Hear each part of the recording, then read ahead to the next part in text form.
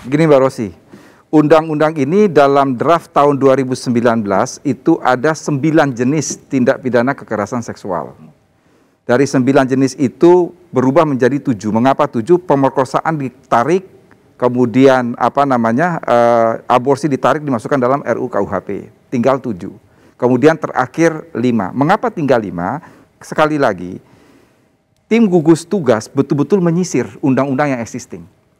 Jadi kami membagi tugas Mbak Rosi untuk persoalan pencegahan itu pada Kementerian PPA, mengenai tindak pidana dan hukum acara itu kita serahkan kepada teman-teman kepolisian dan teman-teman kejaksaan, dan kebetulan teman-teman kejaksaan yang terlibat di dalam RUU PKS mereka juga menyusun RUU KUHP.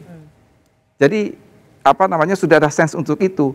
Mengapa yang tadi dikatakan oleh Asvina mengenai perbudakan seksual, eksploitasi seksual, menurut pandangan kami, ini unsur-unsur bestandil deliknya ini sudah masuk pada Undang-Undang Perdagangan Pemberantasan Tindak Pidana Perdagangan Orang. Sehingga dia tidak redundant. Oke. Ini sama sebenarnya argumentasi yang sama dengan tadi persinahan ya. Jadi tidak perlu lagi dimasukkan karena sudah ada dalam KUHP. Ya, kecuali satu hal yang tadi dikatakan oleh Asvina yang ini mungkin ya akan menjadi daftar inventaris masalah dari pemerintah adalah soal pemaksaan aborsi. Perkawinan.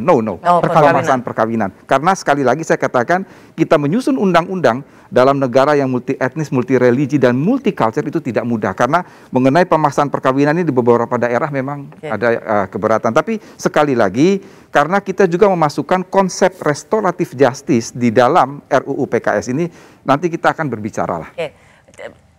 Cukup memuaskan, Vin? Sebetulnya kalau pemaksaan perkawinan akan didiskusikan itu akan menarik.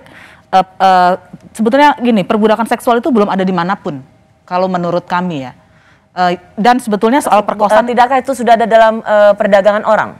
Berbeda, dia jadi berbeda karena perdagangan menghendaki tidak hanya eksploitasi tapi juga dipindahkan atau direkrut. Jadi kalau tidak ada unsur perekrutan, pemindahan dan lain-lain ditempatkan, maka dia tidak masuk. Ya, itu miss-nya di situ. Jadi begini, itu saya kira pada persoalan tafsir.